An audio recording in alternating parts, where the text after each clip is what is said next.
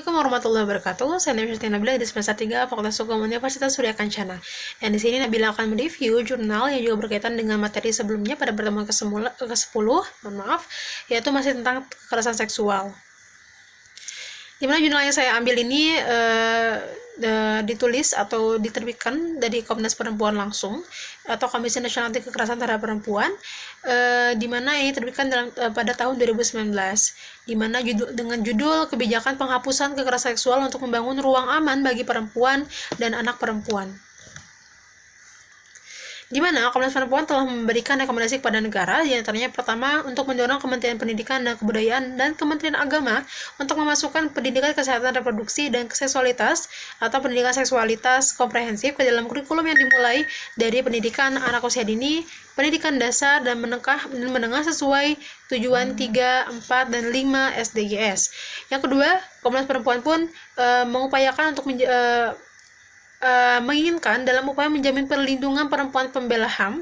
Yang pertama, mendesak Kementerian Koordinator Politik Hukum dan Keamanan dan Kementerian Hukum dan HAM menjamin perlindungan perempuan pembela HAM melalui mekanisme perlindungan perempuan pembela HAM. Yang kedua, Komnas HAM juga membentuk dan mengefektifkan Des Perempuan Pembela HAM. Dan yang ketiga, mendorong Komisi 3 DPR RI merevisi Undang-Undang HAM dengan memasukkan mekanisme perlindungan perempuan pembela HAM. Dan yang ketiga, Komnas Perempuan pun mendorong Kementerian Pemberdayaan Perempuan dan Perlindungan Anak yang pertama menyusun dan mengaktifkan pendidikan adil gender sebagai bagian dari pengesahan RUU Penghapusan Kekerasan Seksual secara khusus dalam mencegah dan menangani kasus kekerasan seksual dalam keluarga. Yang kedua, membangun kerjasama dengan lembaga terkait untuk meningkatkan kapasitas lembaga layanan daerah secara khusus untuk pencatatan dan pendokumentasian di kasus kekerasan terhadap perempuan serta memastikan alokasi anggaran di daerah terluar. Yang keempat, yaitu mendorong Komisi Perlindungan Anak Indonesia agar proaktif mensosialisasikan dan melaksanakan pengawasan terhadap penyelenggaraan perlindungan anak sebagaimana tercantum dalam Undang-Undang Nomor 35 Tahun 2014 tentang perubahan Undang-Undang Nomor 3 Tahun 2002 tentang Pelindungan Anak.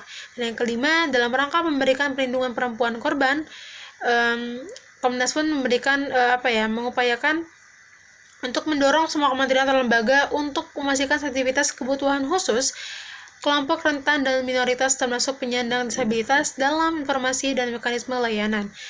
Cukup sekian untuk review jurnal mengenai tentang kekerasan seksual yang diterbitkan oleh Komnas Perempuan langsung. Semoga bermanfaat. Wassalamualaikum warahmatullahi wabarakatuh.